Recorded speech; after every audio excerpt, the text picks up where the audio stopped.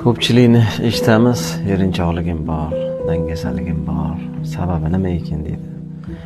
Menimcha, bir sabablardan biri maqsadni balkim kuchlimasligidandir. Oldiga qo'ygan maqsad, orzu bor hammada. Yaxshi niyat bor, lekin bu kuchli bo'lmagan bo'ladi.